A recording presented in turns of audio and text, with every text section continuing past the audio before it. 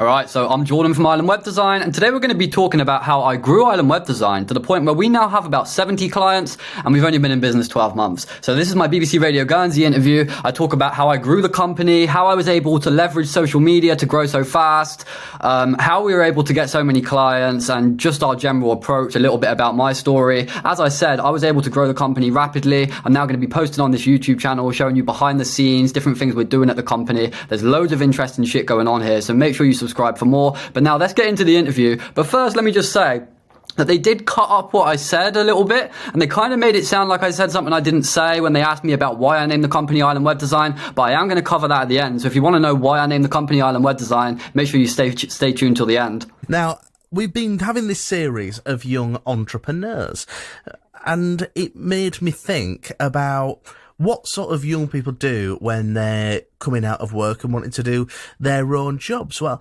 one of them that I've been chatting to is a 25-year-old lad here in Guernsey who chose to become an entrepreneur and start his own business.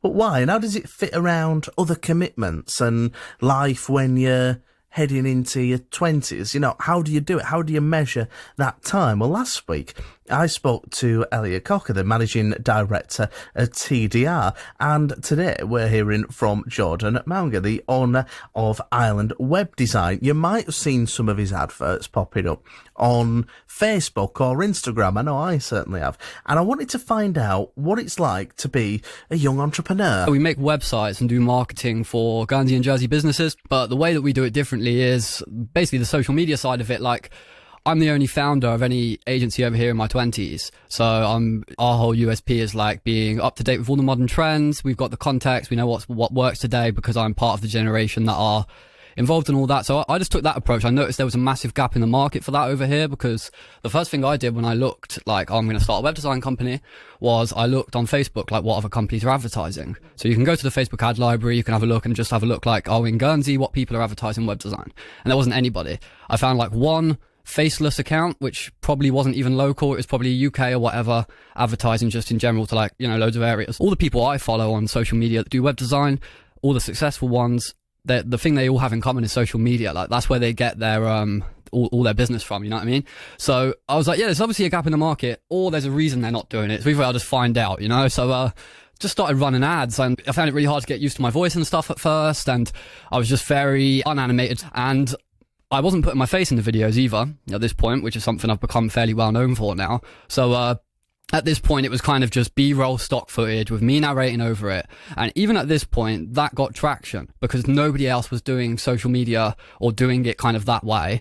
And I found that if you're just a normal business owner on Facebook and you want to hire somebody to build a website, before I was on Facebook all the time, you wouldn't know of any, but you'd have to go and search. Like, you don't just know of any web design companies. But now, like, I'm actively putting myself in front of like people that might decide, oh, I'm going to start a business, I need a website or whatever. So now there's actually somebody that these people know of. After a while, I actually took a coaching call with a guy I've been following online, a guy that I learned a lot of stuff from.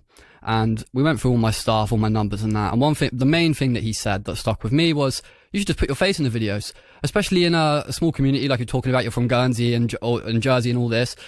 There isn't that many people. When we're talking about marketing audiences, we're normally talking about millions of people just in general. So if you put your face in it and you're good, then you're pretty much guaranteed to get traction. He said, obviously you have to be good though, you know. So I literally got off that call and recorded a load of videos of my face in it. And because obviously we were doing very good web design, like, it isn't just the marketing approach that's future facing, all this kind of stuff. It is also the web design. Like, we're actually building modern websites that are like in line with, you know, like world-class web designs in 2024. So all of that just came together really well. And when I put my face in the videos, it was pretty much straight away that there was like, it just had the complete desired effect, to be honest. I mean, people just like saw me, related to me. People don't relate or really have relationships with things or objects. People relate to people, you know, like your best friend is a person, your everybody in your life is a person. Like, you don't really have relationships with inanimate objects. So people were able to associate with my face a lot more. Like, as soon as I got my face in it, there was a lot of comments and stuff, actually, like people just saying, oh, what a nice young man, like putting himself out there and stuff, which was pretty much the desired effect. So yeah, from there, I just carried on doing that. And now I'm pretty sure like loads of people know me. People come up to me in town sometimes and be like, oh, you're the guy from Instagram. So my ads are definitely getting around. Obviously, we have a lot of business and we're building a load of amazing websites for our clients. So yeah, it's definitely worked. So my plan now is just to carry on doing the exact same thing, but just scaling it up, you know? Fantastic. That's great to hear. And just to go back to that sort of first sort of time that you were doing this as well, and you were sort of bringing the business together, you know, because you did it at a young age, was there any consideration of, you know, thinking, oh, I might want to go to like university, or I might want to do it in this role or that role? When was it that you thought, I want to do this as a business? Well, that obviously it wasn't my first consideration to start a business, but I'd been very, very involved in web design. Like, I knew I wanted to learn a skill because I knew a skill set would be valuable, and the skill that I landed on was like coding and web design. So, and I knew I was good at it. So at this point, I wanted to get a job in the industry. I was like, great, like I now have a skill set in an industry that actually like pays really well. You know, it's just like a great industry to work in, especially if you enjoy doing tech and stuff. You're not going to be clock watching, like you're actually going to be enjoying your job. So I went around. I don't have any qualifications, I don't have a degree. Like you said, I didn't go to university. So I wasn't really taken seriously. Like, the way the recruitment meetings went would be like, love my work, love me. We'd have a really good conversation about just general stuff, like, you know, and for example, I mean, one conversation pretty much ended by them saying, oh, well, yeah, great. Why don't you wait till September and go back to college and get your equivalent of C in English, and then we can get the IT companies to take you seriously and you can come back. And I decided there and now, I was like, I'm just going to start a company because this has been a pattern now, and obviously because I don't have qualifications and stuff. And the way I looked at it was, if I work for a company and I build your website, you got a website built by me. But if you hire my company to build your website and I build your website, you've still got a website built by me. So regardless, it didn't have much of a result on the, it didn't affect the end result. Do you know what I mean? So I'd argue people were getting better end results because, as I said, I'm doing modern web design. Like, I'm not using templates. I'm doing custom designs for everybody, building custom platforms.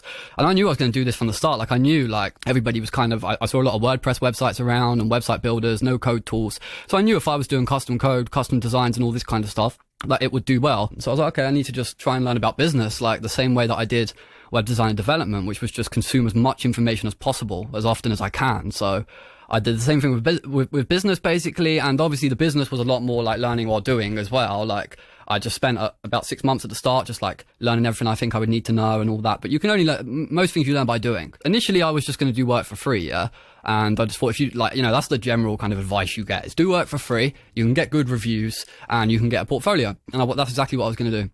And my dad approached me at the time, just randomly. Obviously, he knew everything I was doing, and he said, do you reckon you could build my boss a website? And I'm like, well, yeah, okay. And he's like, all right, Sam, well, they probably won't pay you for it, but it's get your foot in the door and get a project. So I'm like, yeah, great. And they'll write me a review and that, so I'll do it. I designed them a website, and it's actually on my portfolio now, and people still call me to this day and ask for one like that one. So I did their website. They wrote me a great review. They were so happy with it, they actually paid me as well. So that went amazingly. And so I now had a good project on my portfolio and a review. And so now people were seeing my ads, coming to my website, seeing good work. And yeah, from there, it's just kind of picked up from people seeing my ads, and obviously people referring me as well.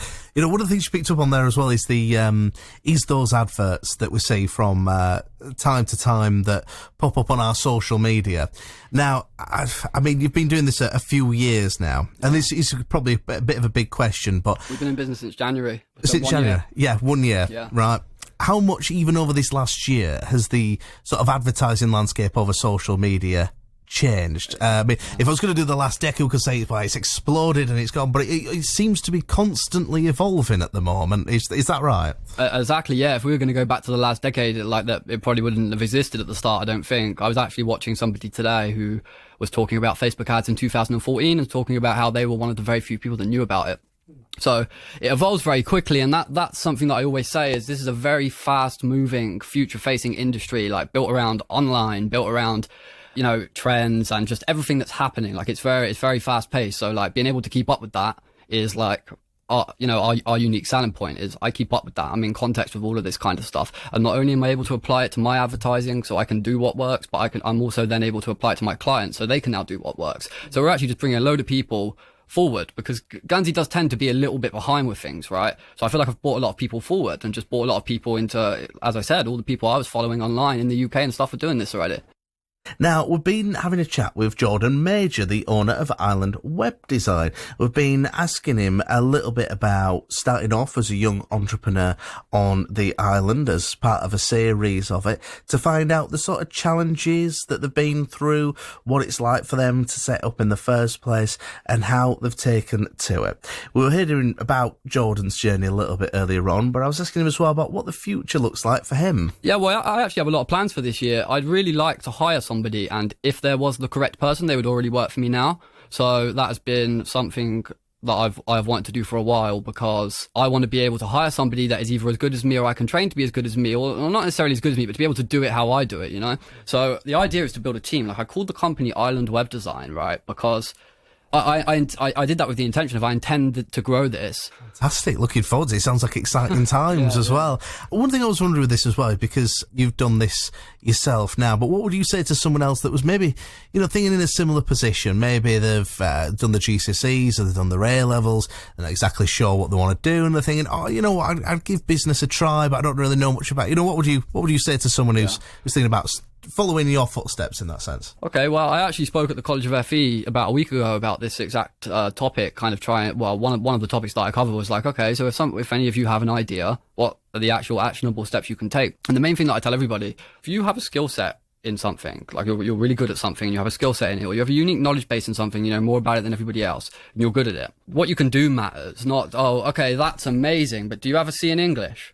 You know, that conversation is never going to happen between a person and a business. Obviously, I wish I did have all the grades, because I never would have gone through the kind of embarrassment of, like, you know, with the recruitment agencies and all that kind of stuff. So it's always better to have that. Like, I kind of wish I did, but it hasn't hindered me, because my work's good. So that's why I always tell people, if you have a unique knowledge base in something, you know more about it than anybody else, you're better than this at anybody else, or you're just really good at something, and you put yourself out there and just have like evidence you can do it. Like, for example, I have reviews and my portfolio is massive, right? So and at the start, as I said, getting free reviews and stuff, it's getting evidence. That's all you're doing, is building up evidence you can do it. And the more evidence you build up, the less likely people are to ask you if you have any qualifications. Experience is far more valuable. That's why most jobs, when you come out, you know, entry-level jobs or whatever, they're actually asking for however many years of experience at entry level, because experience is more valuable than the degree, right? So people are going with the degree and not the experience, and they don't get the entry-level job. So your experience and what you can actually do is always going to be more valuable. Yeah, totally. And, you know, you were talking about those recruitment agencies as well that you were talking about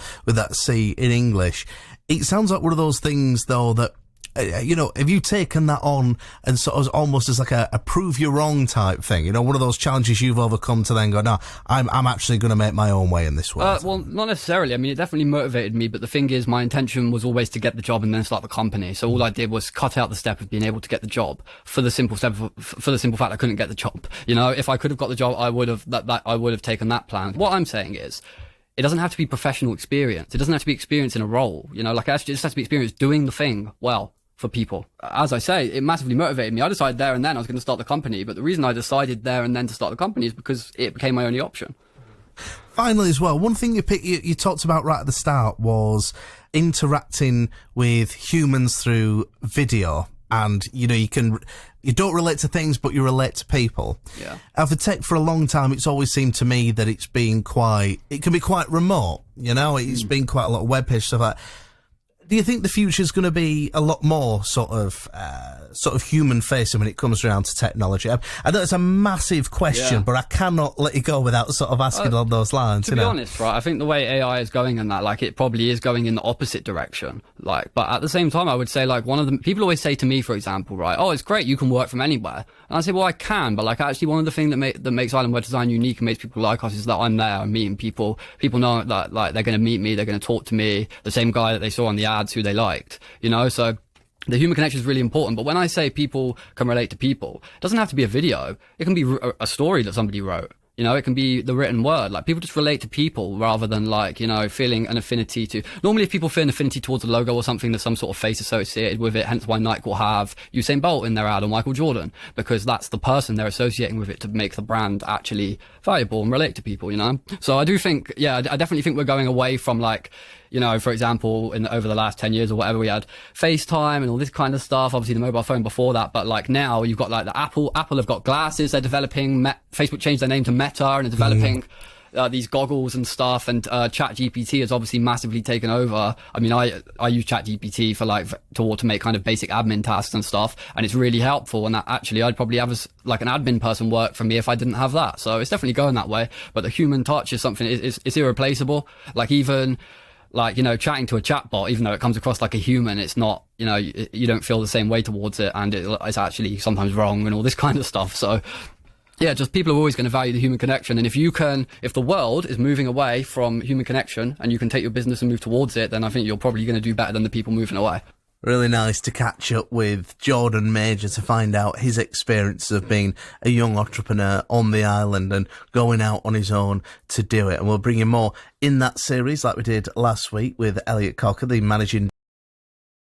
All right, so he just cut out most of what I said. He made it sound like I said, I called the company Island Web Design because I just intend to grow it. That doesn't even make sense. What I said was, and I have no idea why they cut it out, is I called the company Island Web Design because in the Channel Islands, Guernsey or Jersey, Island Electric is the main electric company. Island this is the main that. Island this is the main this. If something has the name Island in it, people will normally assume it is the main one. That is why I called the company Island Web Design, and I intend to be the web design company in the Channel Islands that provides modern, future-facing web design.